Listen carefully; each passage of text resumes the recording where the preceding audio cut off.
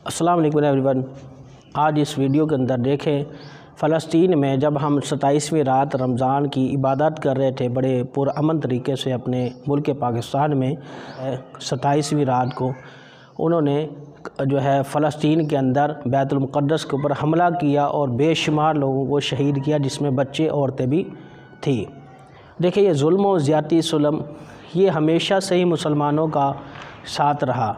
कभी कुरान जला दिया जाता है, कभी कुरान को फेंका जाता है, कभी उसको निजासत वाली जगह पर डाला जाता है, और कभी कुछ और कभी कुछ। देखिए, हम जितने भी मुसलमान हैं, ज़्यादा जितने भी कलमा गो हैं, ग़ुलाम हैं सरकार ससम के, किसी ने भी तौरात को आज तक तौहीन नहीं की, किसी ने अंजील के साथ तौहीन नहीं की, किसी ने ज़बूर के साथ तौहीन नहीं की।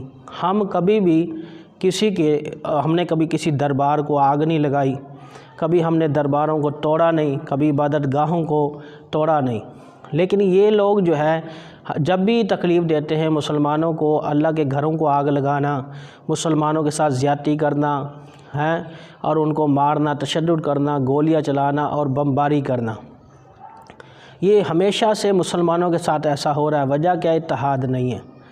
तो बराए मेहरबानी मैं इसके अंदर दुआ करूँगा, अल्लाह ताला जो जुल्म और ज़्यादती कर रहे हैं जबकि कोई वजह नहीं है, इतने सालों से वो काबिज़ हैं बैतुल मुक़द्दस के ऊपर और सुलेमान हैकल वो बनाना चाहते हैं, ये जो है बिल्कुल दुरुस्त तरीक़ा नहीं है। ये अखलाकियात के भी ख़िलाफ़ है, इंसानियत के भी ख़िलाफ़ है।